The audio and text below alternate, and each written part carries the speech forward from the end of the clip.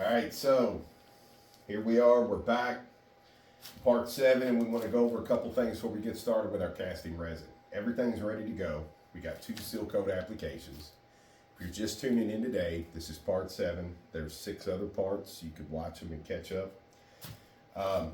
In dealing with this one down here on the end, as you can see, we've already got this kind of doctored up here. And these edges go right over the sidewall here and they stop. So what we did is we kind of fabricated a little sidewall here, and the reason that we did not just put something flat across here and kind of make it stable and pour to that, because as soon as we pull that flat wall off, the resin that's set on that flat wall is going to be kind of missing in places. It's not going to look very flush, and it's not going to look very pretty. So that's why this is bent out, to get us a little deeper away from the edge so that we can file that back to good. So if you notice in our little pocket here, we put silicone down in there, ran it up the corner and up the other corner, and brought it up on the table just a little bit, because when I pour this in, it's going to fill all this up. It's all tucked up underneath. We won't have any leaks anywhere, and this is going to hold and trap that, letting that come past the table, so that we can sand all this back flush. If we were to do it the other way and have a flat wall, it won't end pretty out here on the edge, and we would have to chew into the wood just to get back completely flat. So our resin we're going to use, whatever resin you use is completely fine. We like liquid glass, so that's what we use for casting. We can pour up to 2 to 4 inches.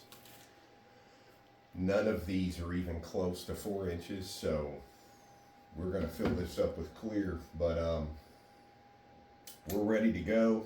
We showed you all everything we got going on, so let's get started with the mixing. All right, so we are, tell you a couple things. For one, good chance we could be short. So we figured up real quick how much casting resin we need, and we needed a little bit more than what we have. I've got 3 liters in here. Remember, casting resin is a 2-to-1 ratio. So by the time I filled up the 2 liters, we didn't have enough left to make it, to make it up to 4, for instance. And then you add 2 to that, which would be 6, 2-to-1 ratio. So it's going to be really close whether we have enough. No big deal. We'll just have to get some more.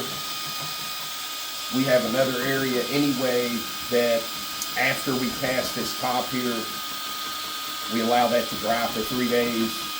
We have another area that we're going to have to do after that can't be done right now with this, because we're going to have to move the piece. So we'll show you later on, but right now it's going to be super close. So if we miss our mark, if everything don't get casted, we'll just catch it up on the next time. But what we're doing, the reason I use a mixer on a very low speed with casting resin is, at least ours. We've tried several different ones over the last 9 years. We like liquid glass, whatever your preference is. But in other words, with the liquid glass, it's very watery. Casting resin is usually very watery. So it doesn't accumulate on the sidewalls of the container like tabletop resin. Now, some tabletop resins are very watery also. The one we buy is very thick, like a synthetic oil or sap on a tree. So that's the reason we stir with a stick usually, or something like PVC, because it is so thick when you pour it in, it grabs to the sidewall. It doesn't get in there and get mixed up. With casting resin being a lot thinner, it's not clinging to the sidewall, and it mixes up really well. Look, I'll show you. And I'm just moving around the container, but you can see that it's clear as a bell. We still got 1 minute and 19 seconds left. We do set a timer for the casting resin. We set it for about 6 minutes.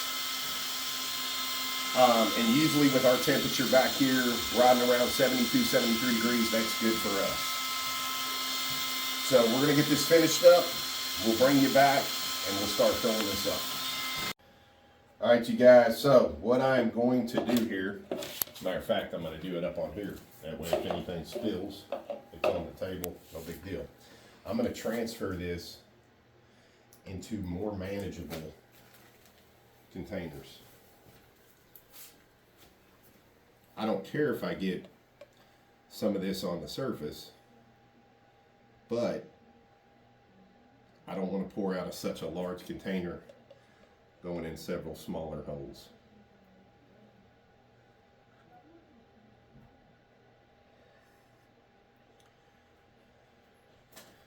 Now, I still have some left.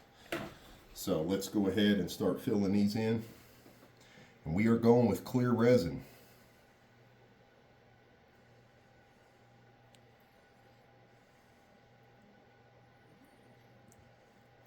We want this to, that's the whole reason we went with black underneath. We want this to have like a cave look to it, where you can see that it keeps going, but you can't see the bottom. So that's our whole goal.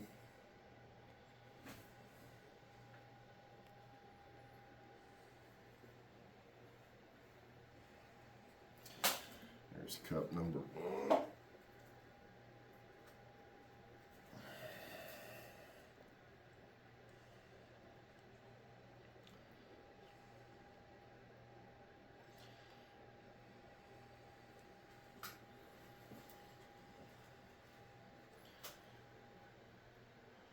We might just have enough here, Tom. So what I'll do here in a minute is take a, I'm going to take a little squeegee, and we're going to get off the excess here off the table. So we're going to give everything a chance here to fill in, and we're going to help it fill in where it don't.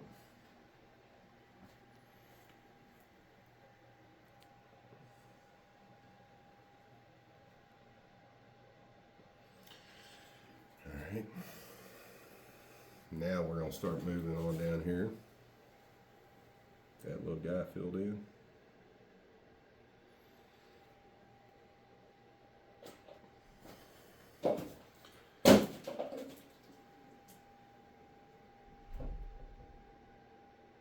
And this should start catching right through here.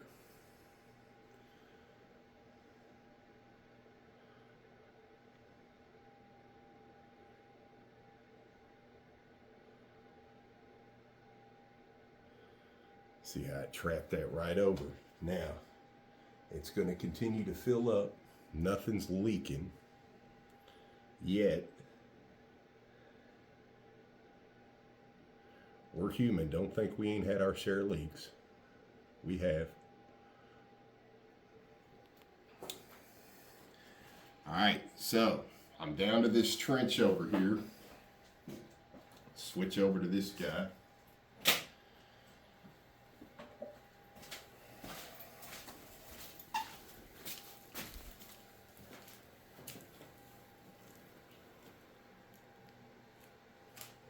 There we go.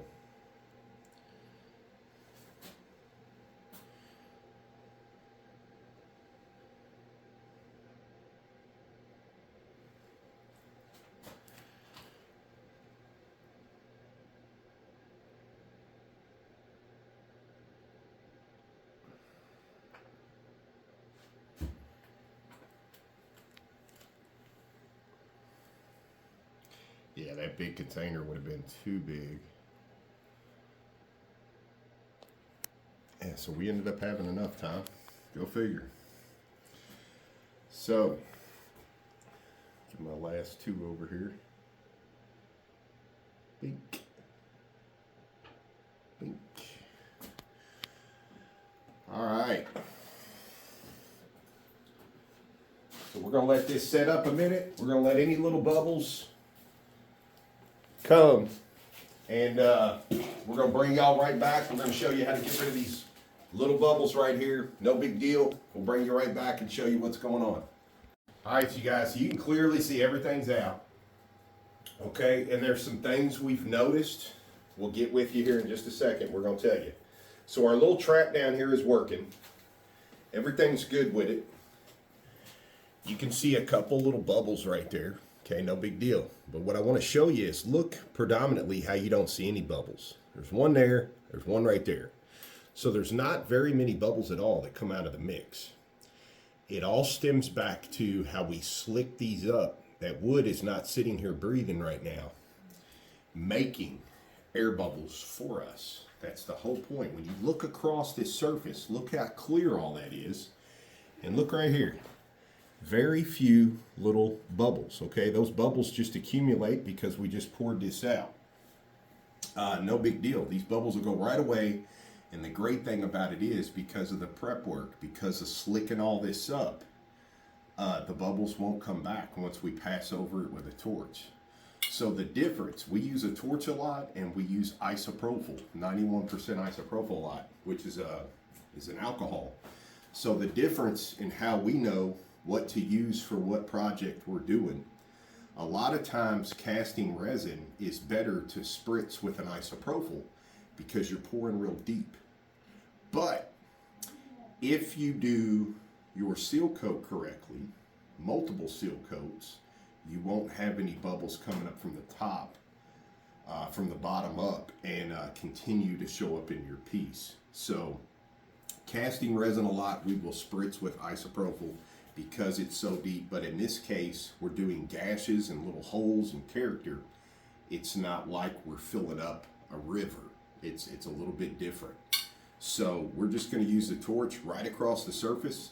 By us using clear, you can clearly see that there's nothing down in there, down deep. Now, if we'd have had color in this and we're kind of blocked from seeing below the surface, still, we probably wouldn't have used alcohol because we already knew the extent we did on the seal coat side. So we knew we weren't at risk for any type of bubbles. But let me show you what we are in risk for. Come on over here. This was mine and Tom's worst fear. Look right under there. Let me see the camera here, Tom.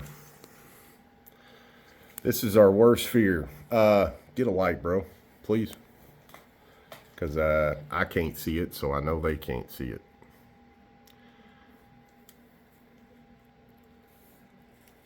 Let me see. Yep, let's see if we can. I can see it, but it's hard to get it in the camera. Well, we're trying. It's wanting to focus. Well, it's wanting to focus over there on all that as I shot my camera through. You're just going to take my word for it. There is, right there. There you go. I don't know if you can see them now. See those two little drops right there? They're hanging right where my fingertips are. Those are actually, there you go. You just seen it. So our biggest fear that when we actually, there you go, Tom. Thank you, brother. Our biggest fear is when we went to pour this in that we were actually, look at all this character right here. The underneath is twice as much. So there was an awareness through the whole project that as we're digging out this old stuff from years ago, whoever had put it in there, we knew we were risking cleaning all that out, punching through. Now, we didn't punch through like all this is just sucking right to the floor right now. But those drips are continuously going to cause several little sections to start dropping. It is what it is. So at this point, this is what we do. We're going to let all this do what it's supposed to. It's going to sit here for 3 days. We know that the sea level in some of these is going to start dropping. The hope, and what usually happens, That's why we're protected underneath, and that's why we're lifted, so we can see these things and we're not just guessing. So, you know, we didn't know.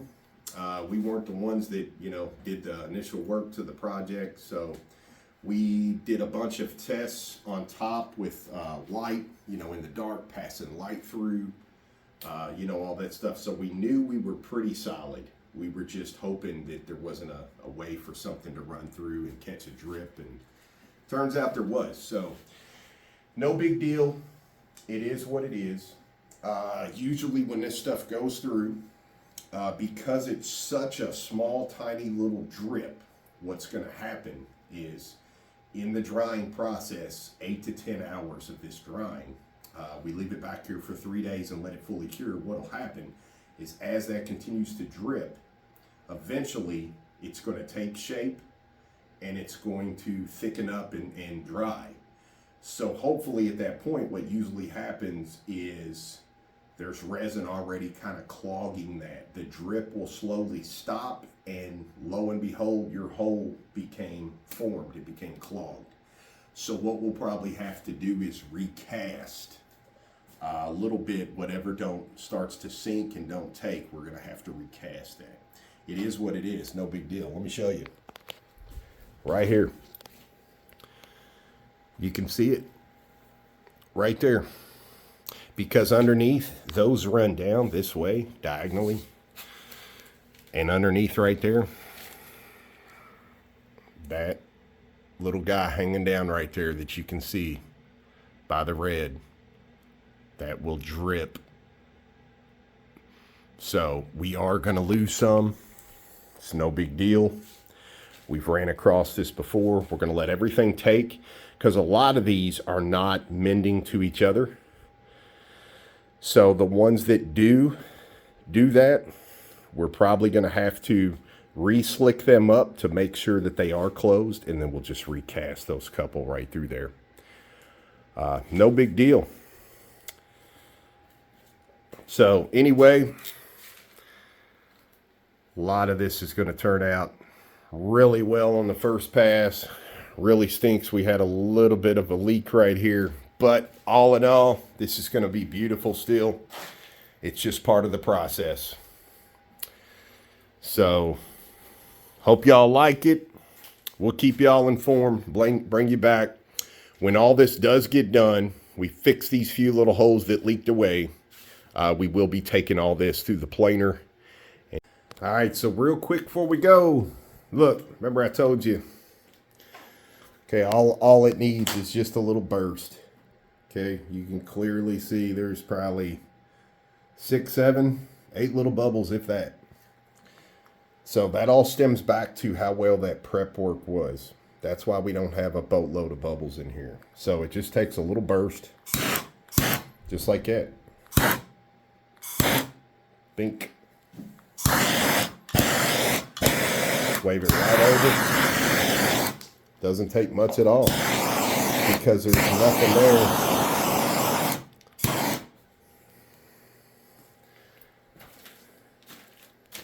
Couple little right there, you can see them.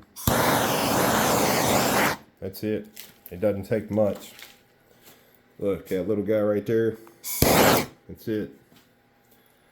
So you don't want to be too close. Just be about 8 inches or so away. And that's it. The beautiful part about all the prep work we did, these bubbles are not going to continue to sit here and come back, because we were sealed properly.